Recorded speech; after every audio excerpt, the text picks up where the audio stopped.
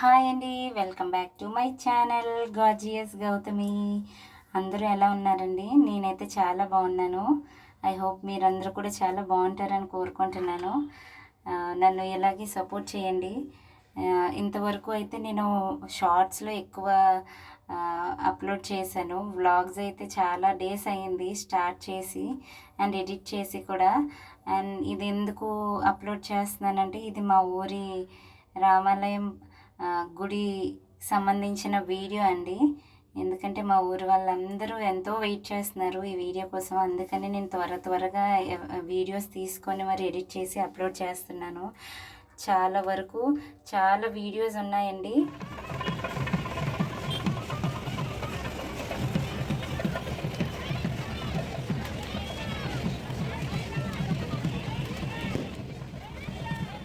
ఇవే ప్రతిష్టాపన చేసే విగ్రహాలండి. ఫస్ట్ అయితే మాత్రం ఈ విగ్రహాలని ఊరంతా ఊరేగిస్తారు. వీటితో పాటు ఉత్సాహ విగ్రహాలు కూడా ఉన్నాయి. శ్రీరామచంద్ర ప్రభువు, సీతమ్మ, ఇంకా లక్ష్మణుడు, ఆంజనేయ స్వామి, వీటివి ఉత్సాహ విగ్రహాలు. ఇంకా పంచముఖ వినాయకుడు, పంచముఖ శివలింగం. నాకు తెలిసి పంచముఖ శివలింగం ఈ చుట్టుపక్కల ఊర్లో ఎక్కడా లేదు. ఇదే ఫస్ట్ టైం అండి పంచముఖ శివలింగాన్ని పెట్టేది. ఆ ఊరేగింపుకైతే ఊరంతా తరలి వచ్చారండి. చూడటానికైతే కళ్ళు సరిపోలేదు, అంత అంగరంగ వైభవంగా చేశారు, చాలా బాగా. ఎందుకంటే ఇది మా ఊరి కళండి. సిద్ధేశ్వరం అనగల సిద్ధి వినాయకుడు, అలాగే ఈశ్వర అనగల ఈశ్వరుడు, ఇంకా రామ్ అనగల్లే రామాలయం అండి, శ్రీరామచంద్రుడు. ఈ మూడు పేర్లు కలిసి ఉన్న గుడి అయితే మాత్రం ఉండాలని ఎప్పటి నుంచి ఒక 30 ఏళ్ళ కలండి ఊరందరిది. అది ఇప్పుడు నెరవేరుతుంది. చాలా హ్యాపీగా ఉంది. మొత్తం అందరూ కలిసి ఏకమై ఇదంతా చేస్తున్నారు. ఈ ఊరేగింపు తర్వాత మిగతా 3 రోజులు హోమాలు, తర్వాత అభిషేకాలు, ఇంకా చాలా ఉంటాయి. విగ్రహాల్ని ప్రతిష్ఠ చేయడం, గౌరీ పరమేశ్వర్లు ఇంకా శ్రీరామచంద్ర ప్రభువుల్ని కళ్యాణం చేయడం కూడా ఉంటుంది.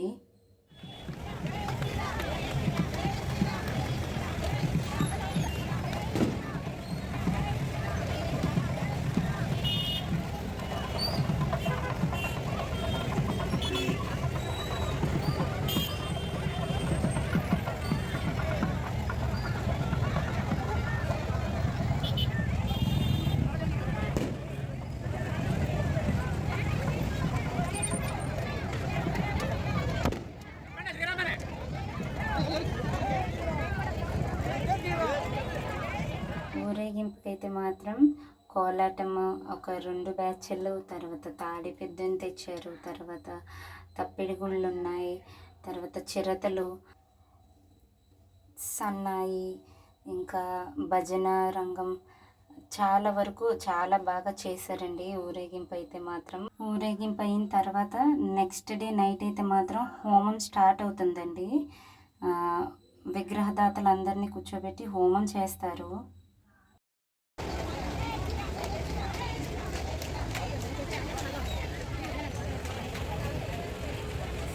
ఈ గుడి స్టార్ట్ చేసి అయితే మ్యాక్స్ 3.5 ఇయర్స్ అయితే అయిపోతుందండి. అప్పటి నుంచి ఊరి కమిటీ మెంబర్స్ అందరూ ఎంతో కష్టపడుతున్నారు. గుడికి కావాల్సిన విరాళాలు సమకూర్చడంలో అయితే చాలా కష్టపడుతున్నారండి ఊరు జనం అందరూ కూడా. ఇది మా ఊరి కళండి. ఈ గుడి సిద్ధేశ్వరం అంటే ఆ ముగ్గురు దేవుళ్ళు ఒక చోటే ఉండాలి అనేది. ఎందుకంటే రామాలయం ఎప్పుడు చాలా లోతట్టు ప్రాంతంలో ఉండేది, వర్షం వచ్చినా మునిగిపోయేది.